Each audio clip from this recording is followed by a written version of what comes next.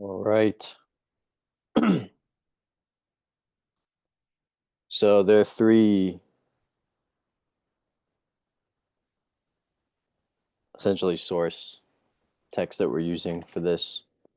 There's the Tibetan Book of the Dead, Padmasambhava's Natural Liberation Commentary, and there's a third book that is called the American Book of the Dead, which is um,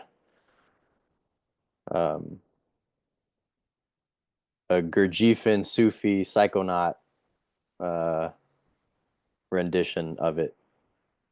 But it's quite good. I was skeptical because you would be of any modern type of thing. But yeah, it's really good. When when you read something and it feels as if you wrote it, and it reminds you of it makes you feel as if you were in a place you never been, or that it feels like this happened to you, but you know it never happened to you. That's a that means it was very well written. So I'm gonna read um, one of the intro parts. This is part of the whole getting into the role and the state of being in the bardo, the transition. The chapter is called "The Six Dimensions: American Book of the Dead." I enter into a dreamlike state, the quality of which is like a theater, in which I'm watching the creation of the whole drama of reality of the human dimension, as well as the five other dimensions of existence. In Buddhism, there's the six realms. So the God realm, the angelic realm, the human realm, the hungry ghost realm, the animal realm, and the hell realm. Suddenly, I realize where I am. I look around and see my former selves filling the theater, all absorbed in the drama that's going on in front of them. The film is playing to an empty house. I decide to get up and leave before I fall into a deep sleep, and once again, the drama catches me in its fascinating grip. As I walk out of the theater, I can't understand how I could have fallen into that trap again and become hypnotized and stupefied by an unconnected set of pictures, and moreover, how I could have come to believe that something was actually happening to me. Not only believe it, but also feel the sensations in myself as I identify with the action supposedly going on in the drama.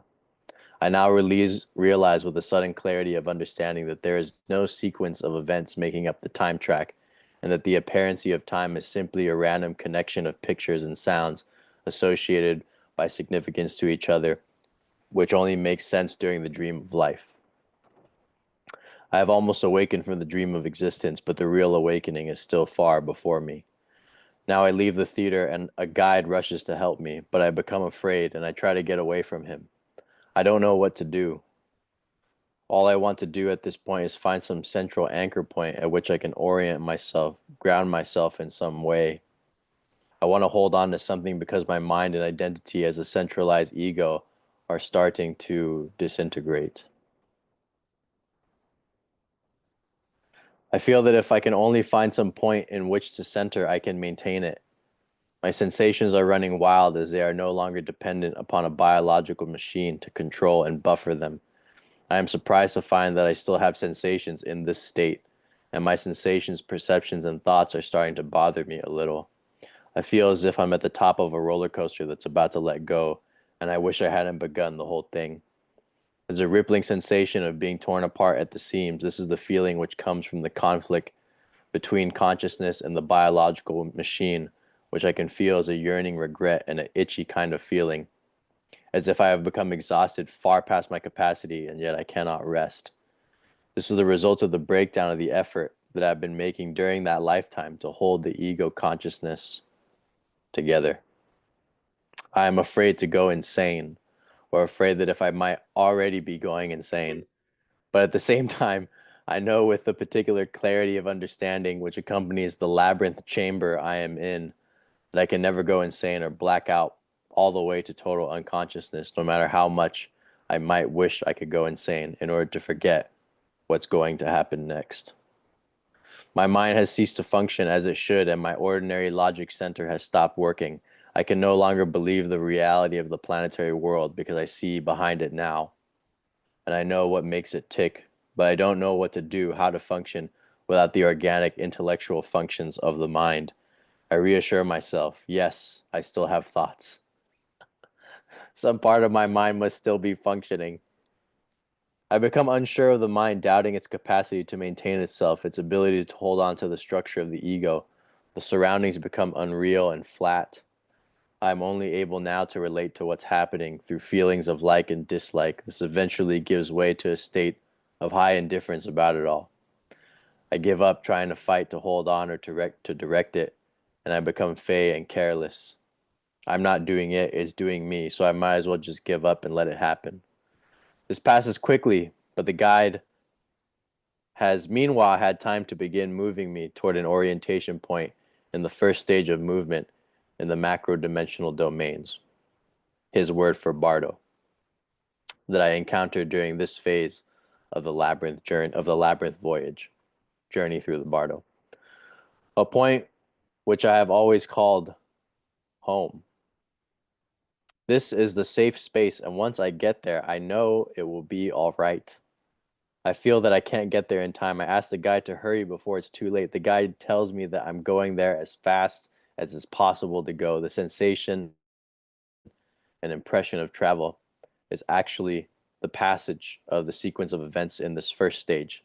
And so it takes a certain definite amount of time before I arrive at the safe space, home. Everything and everyone in the surroundings is going flat. The whole of existence has taken on the quality of forms within a dream, and I have realized that I am now in a dream. Everything is pre-planned and pre-programmed according to an unchangeable script. I now see life as only a mechanical machine without meaning or significance. It was empty all this time. There was never anyone there. None of it was ever real. All the parts were played by mechanical puppets. I was the only one in the drama, and I'm the only one who will ever be in the drama. I feel terror at the fakeness of it all, but I'm sure that I'm real and that the guide is real, and I'm headed for the only place that I'm sure will remain real even when everything else goes. But what's taking so long? Could the guide have become lost? He had better hurry, it's happening faster now. Finally, I arrive the safe space. I rush in there and I find her. She has been there all this time waiting for me, and now I'm back. I have a faint idea to fight all this, but somehow I can't do it. If the safe space goes, there won't be anything left I can depend on. So I allow it to run on. I allow it to run on. The drama is continuing, but I don't see this part as just another part of the dream. As far as I'm concerned, I've awakened to reality once again. Help me, help me. I plead with her. Help you what? She wants to know. From her point of view, there's nothing wrong. With a shock, I realize that she hasn't been sharing my dream in the same way. As far as she's concerned, I've just been sleeping. That's all. She isn't interested in my problem. I look at her as if I'm just having some trouble waking up, and I'm still in the twilight state. She believes implicitly that this is the awake state. She is unaware, just as I am in this state, that it is still part of the dream. Just as life down there of sleeping dreams is a part of the dream.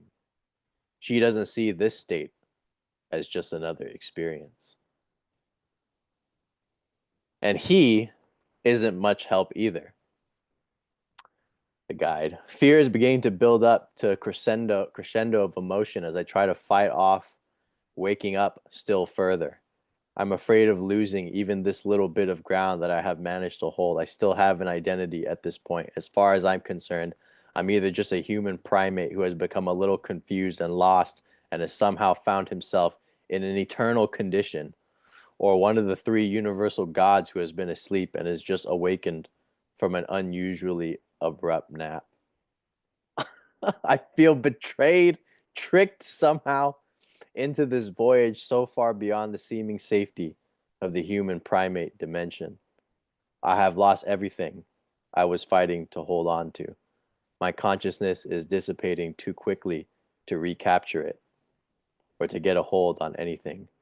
It's all happening too fast for me. If only I could make it slow down, I'm sure that I could stop it from going any further and bring it back to the way it was. I know now that I've come to the end of the line and the beginning of the line at the same time. And speaking of time, it has stopped flowing entirely. And I'm afraid that this whole thing is going to remain like this forever, stuck in the repeating program of my asking for help and neither of them understanding what's wrong. All I want is a little information and some help, that's all. I want them to tell me how to stop this. I wonder whether I'm dying. My breath comes in gasps and I feel weak and faint as if something were dropping off each moment. The only flow of action is this feeling that I'm dying, and then after whatever it is has dropped off, I feel better again, as if I'm being revived, only to go through it again and again. I feel as if I've been vomiting uncontrollably many thousands of times. Finally, that stage is over, and I'm left feeling incredibly weakened and exhausted. All I want to do right now is lie down. But I quickly discover that I can't lie down or rest. More things are starting to happen. I find myself compulsively moving around from one point to another. The automatic actions of the macro dimensions are starting to take over, and I am becoming upset because I'm losing control. During planetary life, I felt as if I was usually in control. Of course, now I know that it wasn't so, but I used to believe it, and that was comforting. I am losing it more and more, and the more I try to resist it, the more I lose ground. Now I know exactly where I am and what's happening. This is hell. Eternally doomed to repeat this insane drama with these two implacable and unresponsive voyagers whose only pleasure is to torment and torture me by keeping me off balance so I don't have time to think. I try to desperately maintain some memory of my previous identity, but everything is going. I'm losing it. I wander helplessly and compulsively around the safe space, which isn't so safe anymore. Now I see them as my antagonists. They have been doing this to me. I must have time to think, time to think. That suddenly takes on a whole new significance as I realize once again that in order to have a mind and to create any action, I must have a time track. There must be duration and connection. In my wandering, I feel both bliss and pain at the same time. I want something to happen, but I don't know what. I am looking for something, comfort, peace, rest, but I know I'll never get down from here. On and on I go, pacing relentlessly from one reference to another, from the kitchen, the quote kitchen, to the quote bedroom, to the quote bathroom, to the quote living room.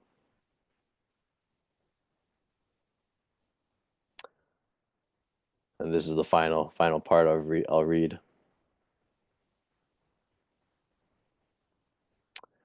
The pain from the realization that I can't die hits me more than anything ever could. There is no escape from here. An intense feeling of wailing terror and regret builds up to a huge wave.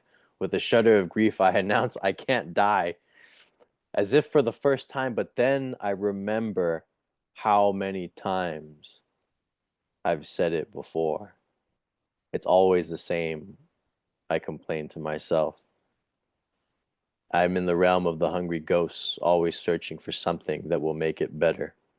But nothing ever will. It will never get any better here. This is the way the world is, always was, and always will be. Since there isn't any time here, there just isn't any change. I thought that being home was going to help me. I had forgotten how I always felt when I was here. I am the helpless victim of an insane plot against myself. I'm being forced to downscale while they laugh at my stupidity and weakness. I try once again to get them to tell me how to stop all of this from happening, but they don't know either. At this point, I'm so introverted into my own symptoms and sensations that I can't hear them when they tell me that they don't know any more than I do. And I'm hearing at this stage, and all I'm hearing at this stage is my own truth about them and about my home. dimension. So I'll go on and on here until the part where he kind of like finally comes out of this. But it's very entertaining. I highly recommend it. And here,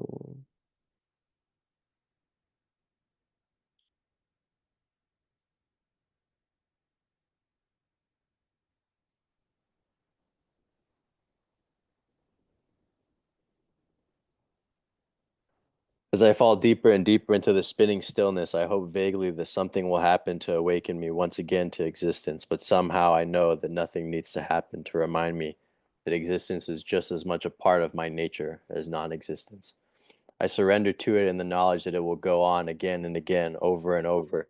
And yet, since there is only one creation and one moment, it will all be the same. With a feeling of blissful ecstasy, I resign myself to no change. No one will ever come along from, quote, outside to bail me out of it or help me escape, because from here there is no outside. Forever and ever, it will always be my trip. It is my innermost secret nature that I realize in the macro-dimensional domains of the labyrinth and the dissolution of karmic or material consciousness, which dissolves in slow waves or cycles. So I feel as if I'm experiencing different forms of beingness and awareness. Actually, my consciousness and my beingness are always the same. Change continues only so long as I am connected with planetary existence on the six realms of experience. If I would only awaken, I could have planetary connection without sleep and experience. Obligatory reader's invocation to the divine silence of unreachable endlessness, to the divine silence of perfected knowledge, to the divine silence of the soundless voice, to the divine silence of the heart of the labyrinth, to the divine silence of the ancient mind, to the divine silence of the unborn guide, to the divine silence of the unseen guide, protector of all sentient life, to the divine silence of those of perfected knowledge, to the divine silence of human primate incarnation, to the divine silence of the labyrinth guides who sacrifice their liberation for those who have not yet awakened to the truth, to the divine silence of the Lord of Death, the eternal unborn resident of the labyrinth, who has sacrificed his own redemption for the redemption of all voyagers everywhere, to the divine silence of the primordial being, to the divine silence of the great sacrifice, we offer homage, love, and hope, but above all, we give our gratitude.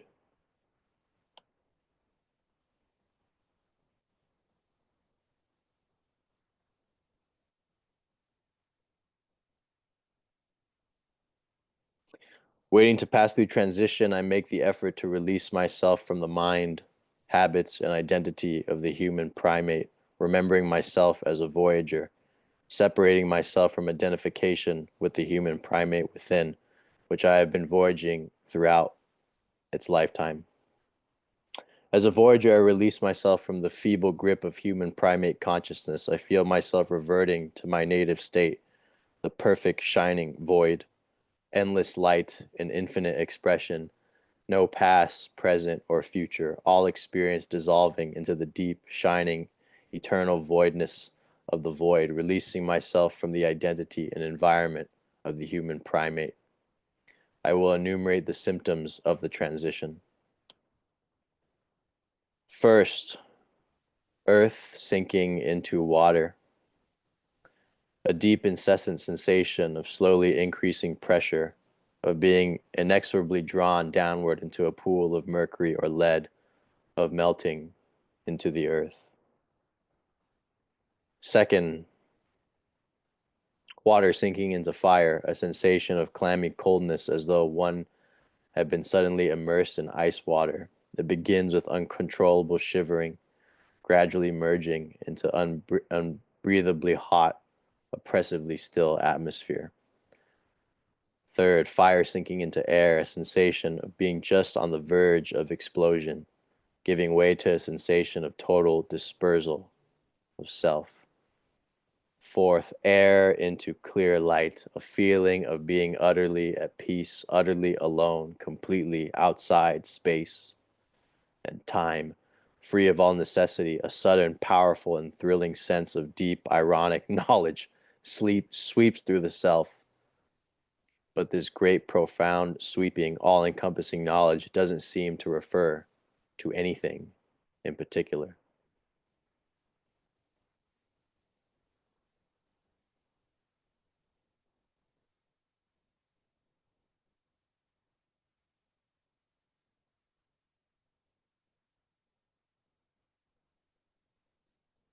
I prepare myself to survive transition, for I am a voyager, not a human primate, neither coming nor going.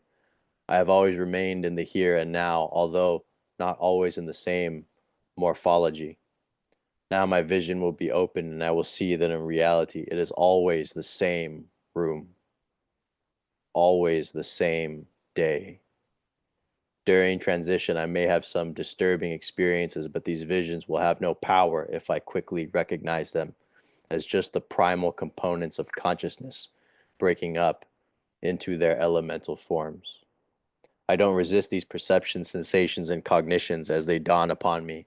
Any experience, whether apparently real or unreal, is still part of the dream, and so long as I seem to be having experiences and perceive change, I am still in the dream.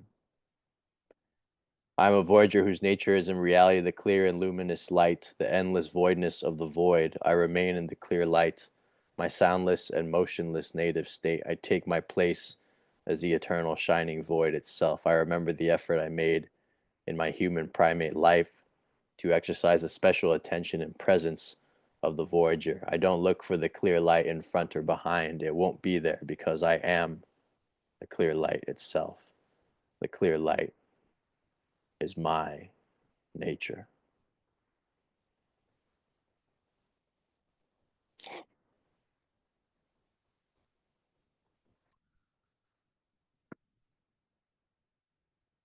Yeah.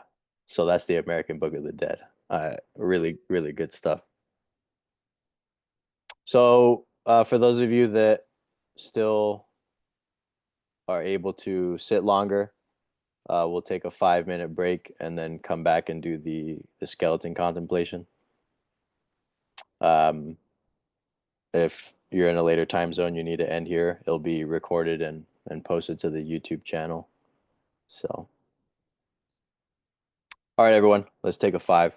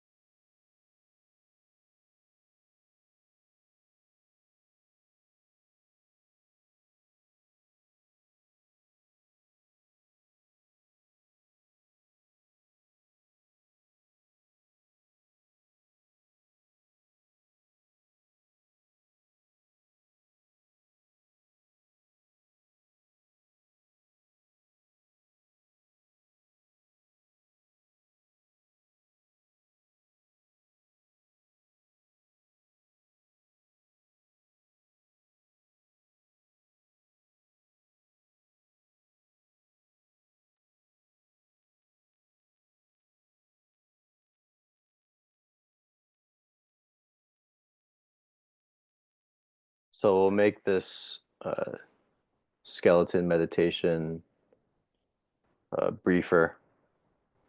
Usually it could take an hour, but um, we'll just do the guidance for 25 minutes. And then instead of meditating more, we could all just talk or hang out.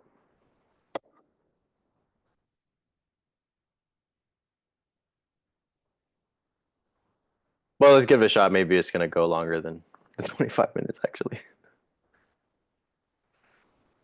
Yeah. This is going to go as long as it's going to go. Forget what I just said. All right. I'm going to get the lights, or most of the lights, and then let's begin our death simulation. No, you can keep that one on. Yeah.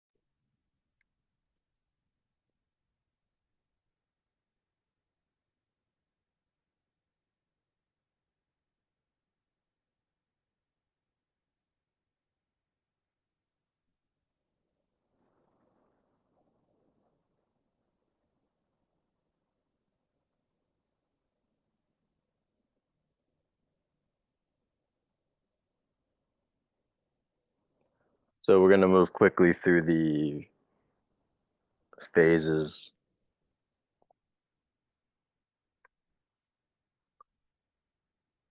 of passing.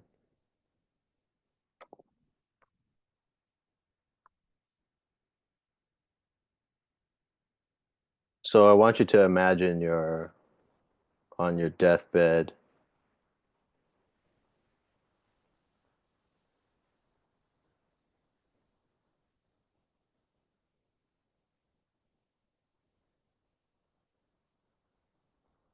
And who you think would be there or who you would want there.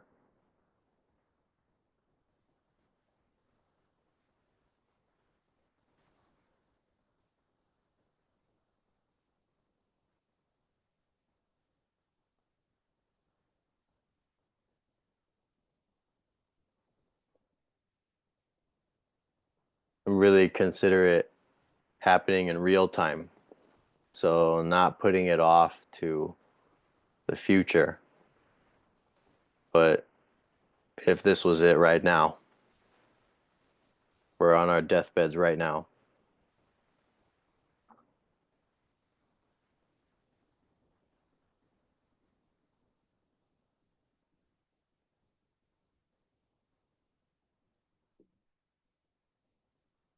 What would you be thinking? What would you be feeling? Would you feel happy? Would you feel nostalgic?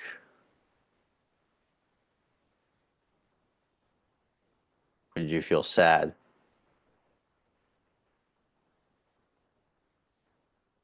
Would you feel afraid?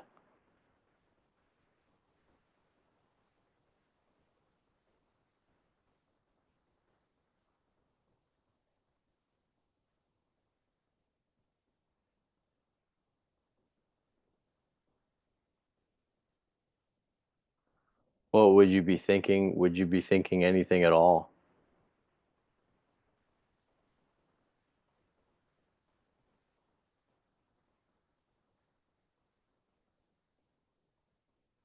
Maybe you'd feel you're attempting to savor the present moment so much, you're not leaving any room for thinking. Depends on each person.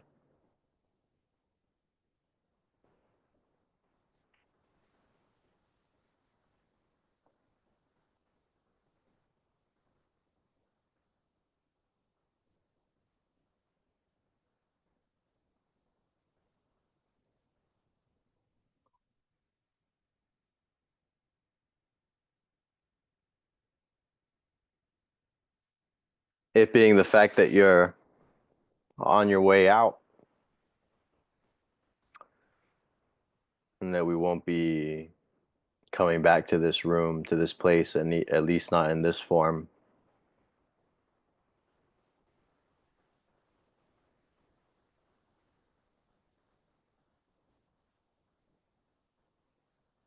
What did you feel you did well? What did you feel you could have done better? And ultimately, what was most meaningful about this round in the Earth learning system?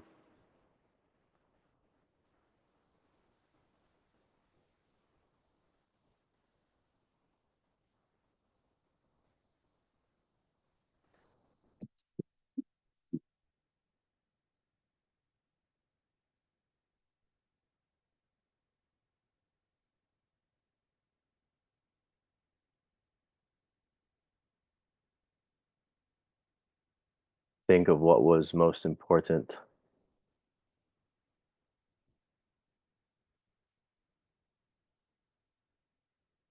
To me, it was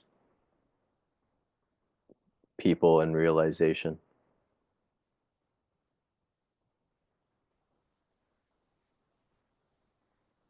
It's what was most important about this trip.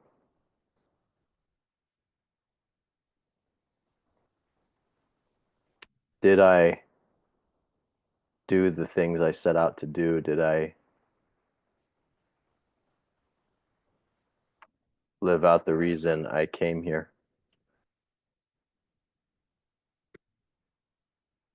Or did I get distracted along the way?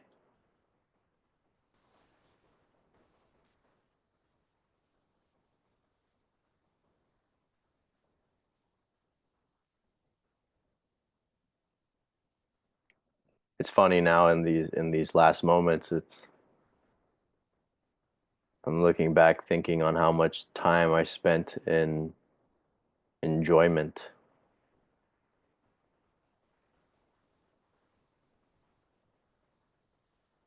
and greater or lesser forms of leisure. I somehow forgot what the trip was about.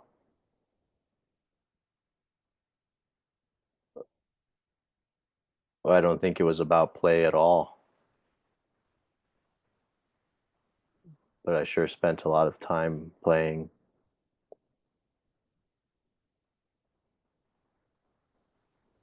I don't even think it was about gaining experiences, but I spent so much time trying to gain experience, whatever that is or even means.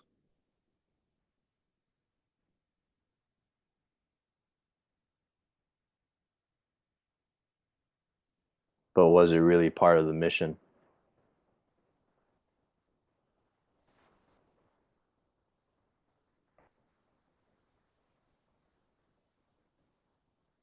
Did I help as many people as I could have? Or did I let my distractions and lack of self-worth and confidence get in the way? Oh yeah, yeah, yeah. The reason was love. That was the reason. I was supposed to come down to figure that out again,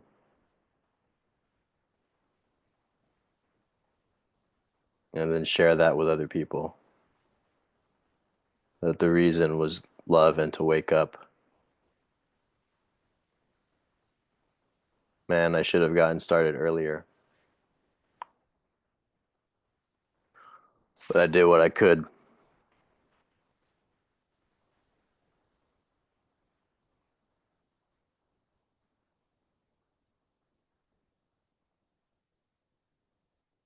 I'm starting to remember. It's like I'm touching my memories from the other side, what it's like over there.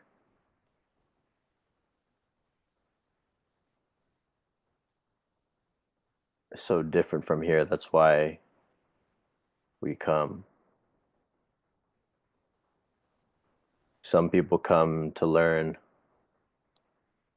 some people come to teach, and others come to awaken.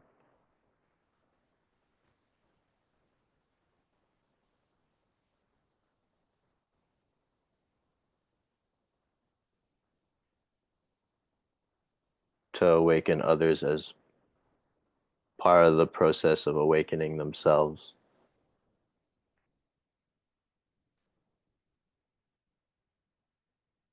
Wow, so much wasted time, so much wasted time.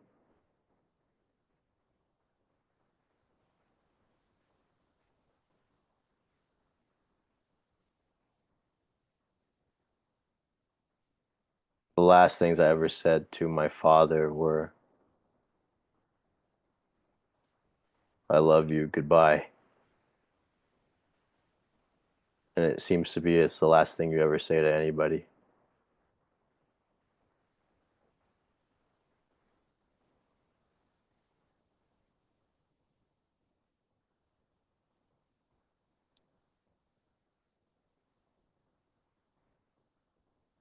It's like this whole voyage is an attempt to live out the intention within an ever unfolding I love you, goodbye.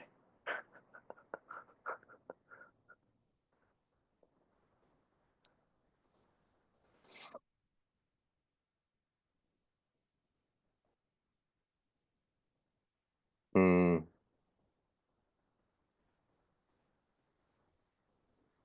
my clarity is dawning.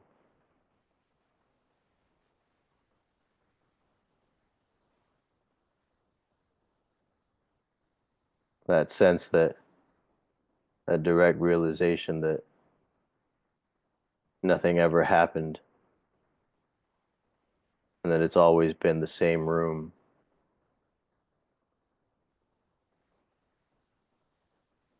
whether we're the bodhisattvas around the table planning existences and world systems, or here around the table with our human family and time, or our friends,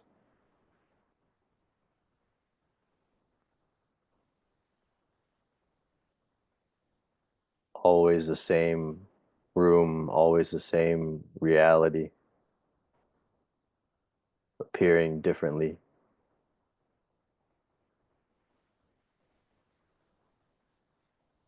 taking the objects in the room to be real. I forgot myself. Now, nearing the termination of the voyage, I'm remembering I was never born. I can never die.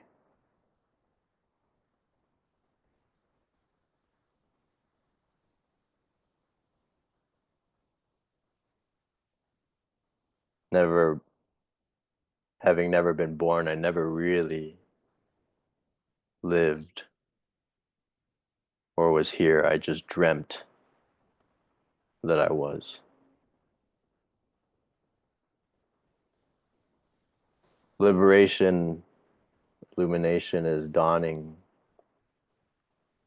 ever immediate. I'm remembering that it was all just a dream,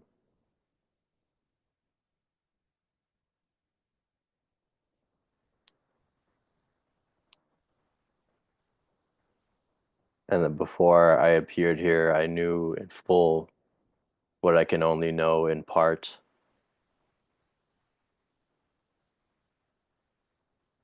In the earth learning system of the so-called living.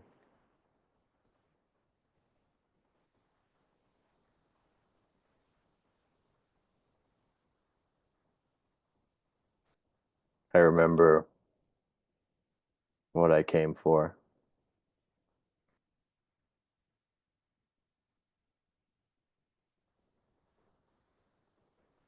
and I'll be returning to mission control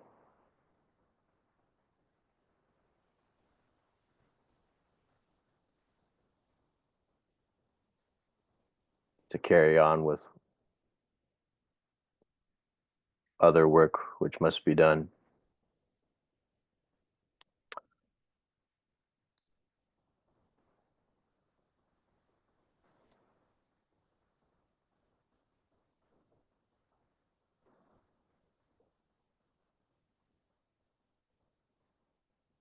I had a good life.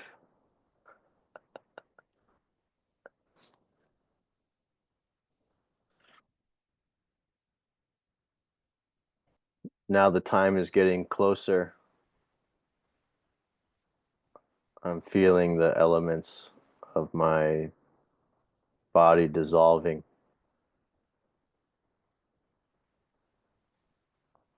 The earth element sinking into water. An incessant sensation, slowly increasing pressure. Feeling of being drawn down into a pool of mercury or lead.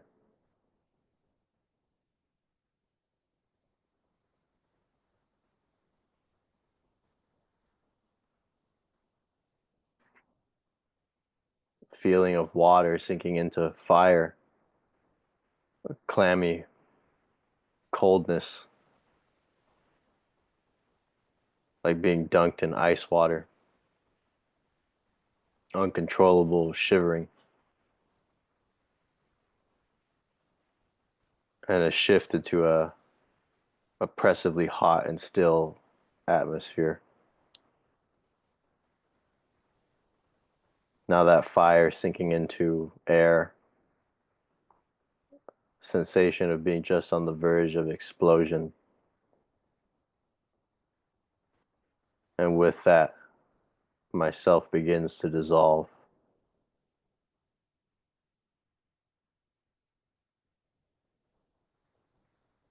The air then begins to dissolve into the clear light, and a feeling of utter peace, aloneness, completeness, and completely outside space and time dawns. I feel free of all necessities, all need. An ironic and powerful knowledge and remembrance courses through my system, but it doesn't seem to refer to anything in particular.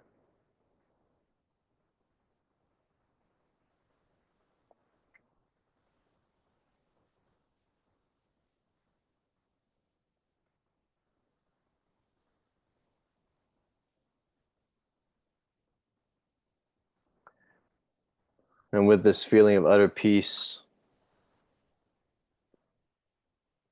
just contemplate the peacefulness of bones.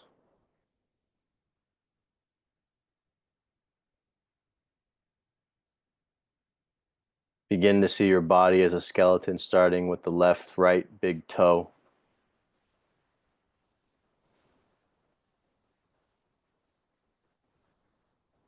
The left toes. See the bones shining.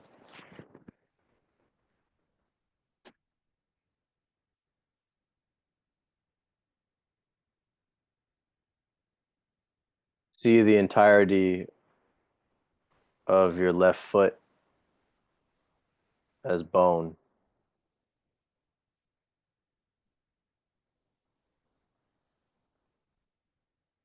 And before you see a silver platter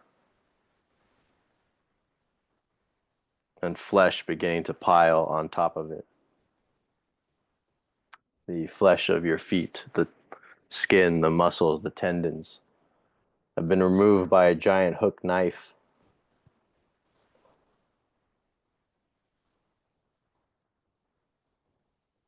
And are now sitting on a plate before you.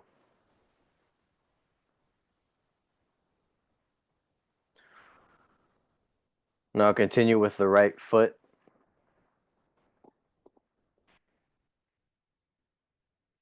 See the right big toe is completely skeletal. And imagine removing all the skin and flesh from your foot with this hooked knife. And you can just make it a fast cutting.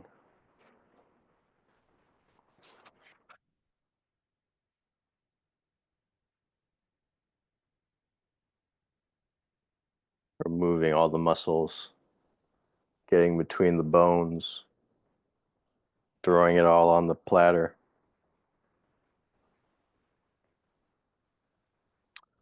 Remove all the skin, tendons, and muscles from the left calf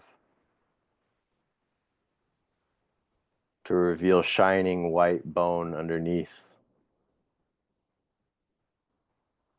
Remove all the skin, muscles, and tendons on the right calf.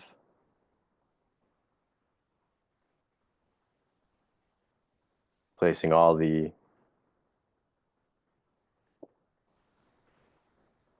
flesh and muscle on the platter.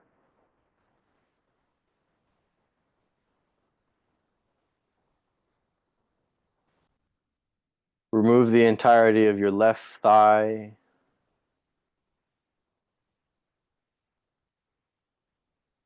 Now your mound of flesh is getting quite high.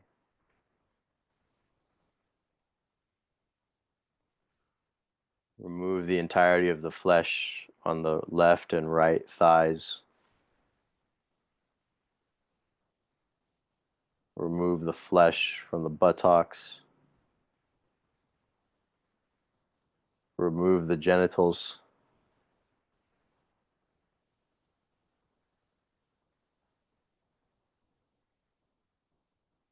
Remove all the muscle, tendons, and organs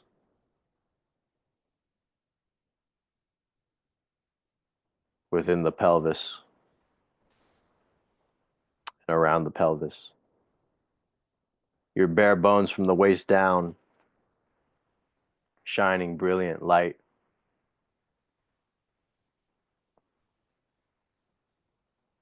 Powerful light emerging from the bones. Brilliant, sparkling white.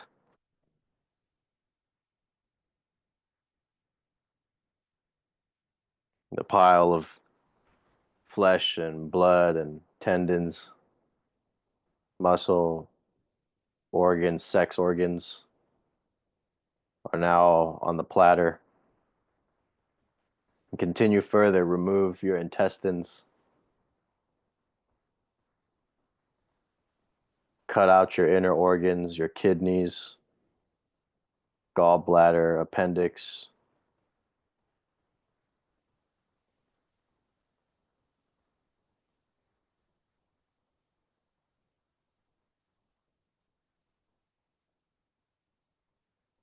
Cut out the liver, all the precious organs of the human form. Place them all on the platter.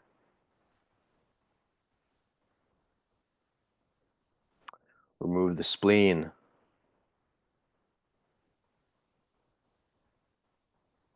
Cut out and off the stomach, the muscles around the spine.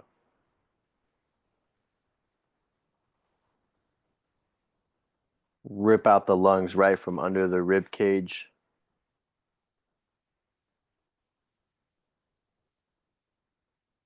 Throwing it on the plate.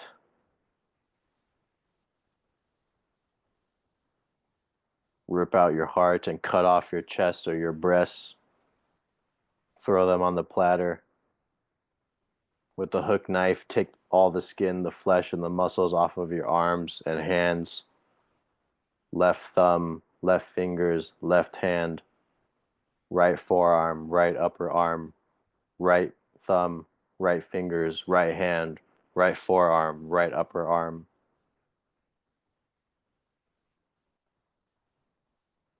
Remove the entirety of your face.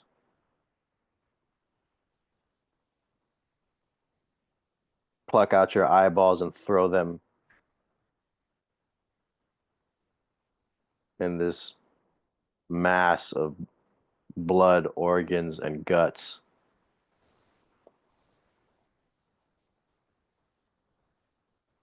Rip off your scalp, your hair.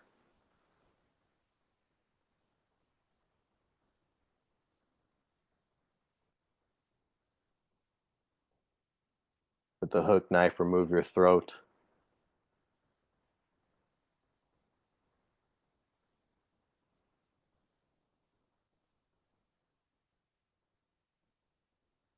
Slice off the top of your scalp,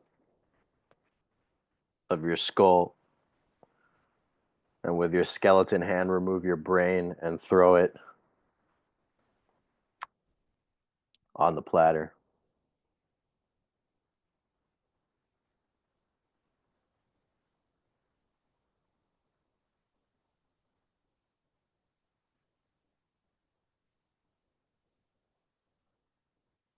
And imagine the water of Dharma flowing down, cleaning your whole skeleton of blood.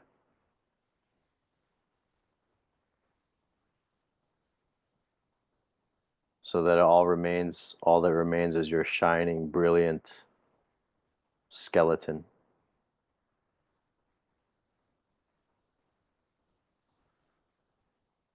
And consider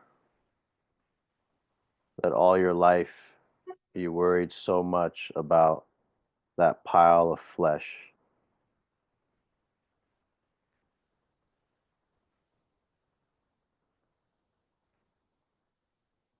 And in the end, this is its ultimate fate. It is either burned or eaten by insects.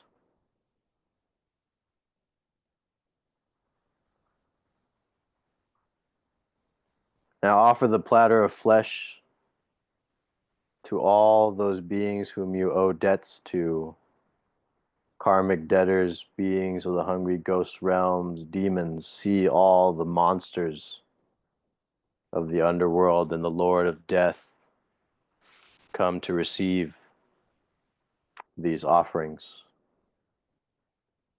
May the ghouls and goblins and the hounds of hell partake in this feast.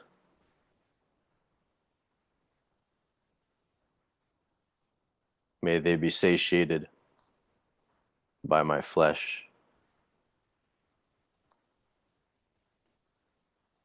May they be liberated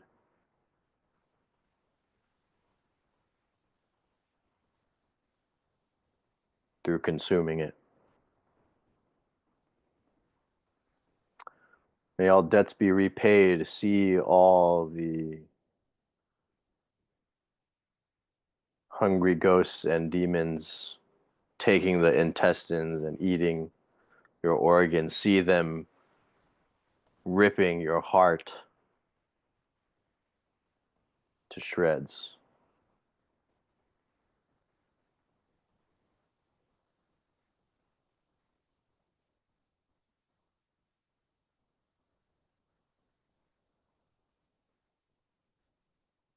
A gruesome, repulsive scene.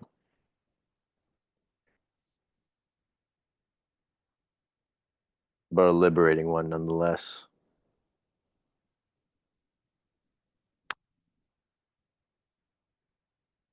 They have consumed and eaten the entirety of this offering.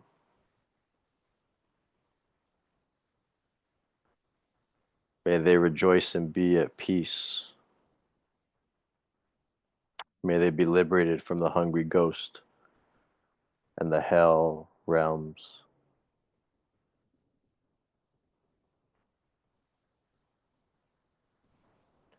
Now with my skeleton laying here, laying as if I were in a coffin, I understand the final fate and destination of the body and release my craving and clinging to it.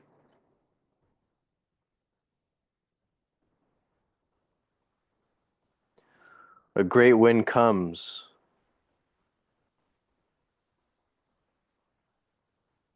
and the left big toe begins to dissolve, the bone turning to dust. The left toe dissolved into dust. All the left toes dissolved into dust. The right big toe dissolved into dust. All the right toes dissolved into dust. The left foot dissolved. The right foot dissolved.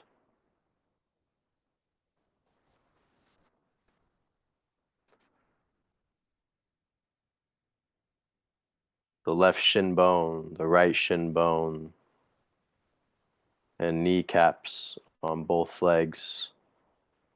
The left femur, the right femur. Poof, turned to dust. The pelvis, dust.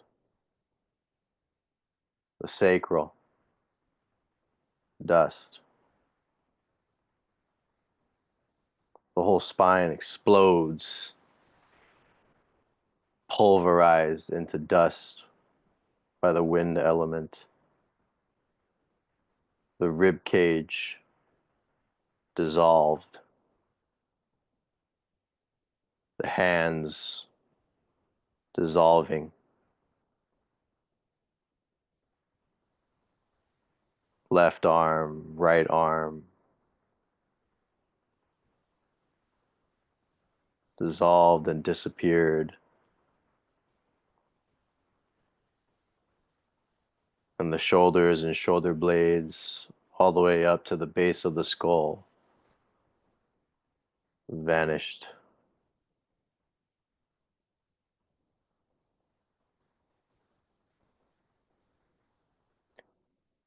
And the jawbone dissolves, face bone dissolves,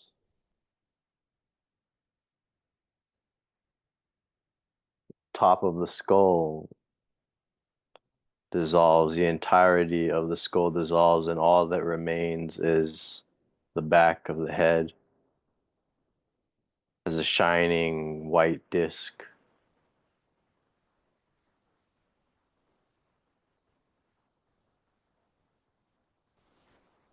And as your mind holds on to the shining white disc, the clear light begins to dawn,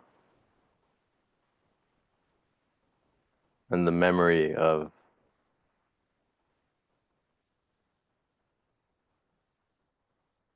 the unborn, the all-pervading Dharmakāya, this nature of mind,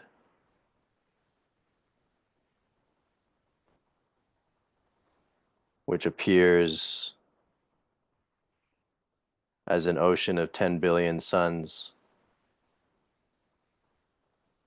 yet also appeared as this voyage, and every voyage that ever happened, is happening, and will ever happen.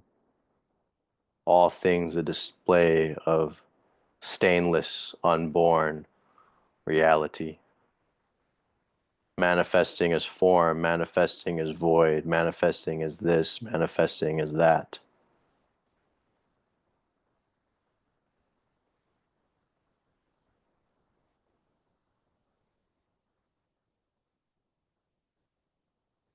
We never moved.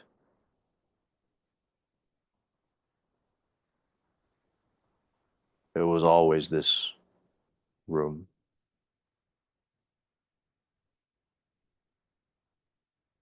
The white bone disc dissolves and the clear light explodes down the crown of the physical body.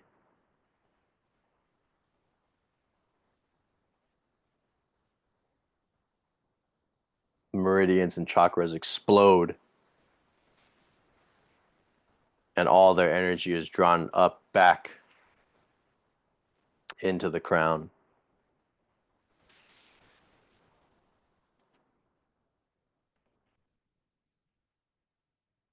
The elements dissolve, the physical body dies, and consciousness fully transfers into the clear light of 10 billion suns, and we arise as the Sambhogakaya, the retinue of deities. We arise as the Logos.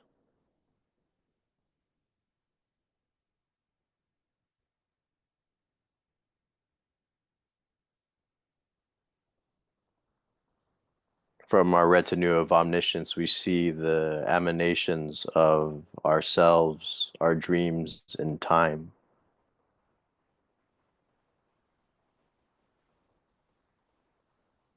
And we choose where and how it is we'd like to serve.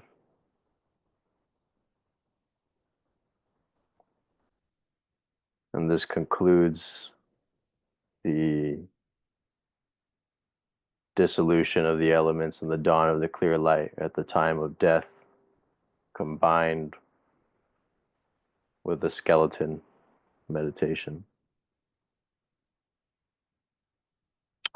This concludes our class for today.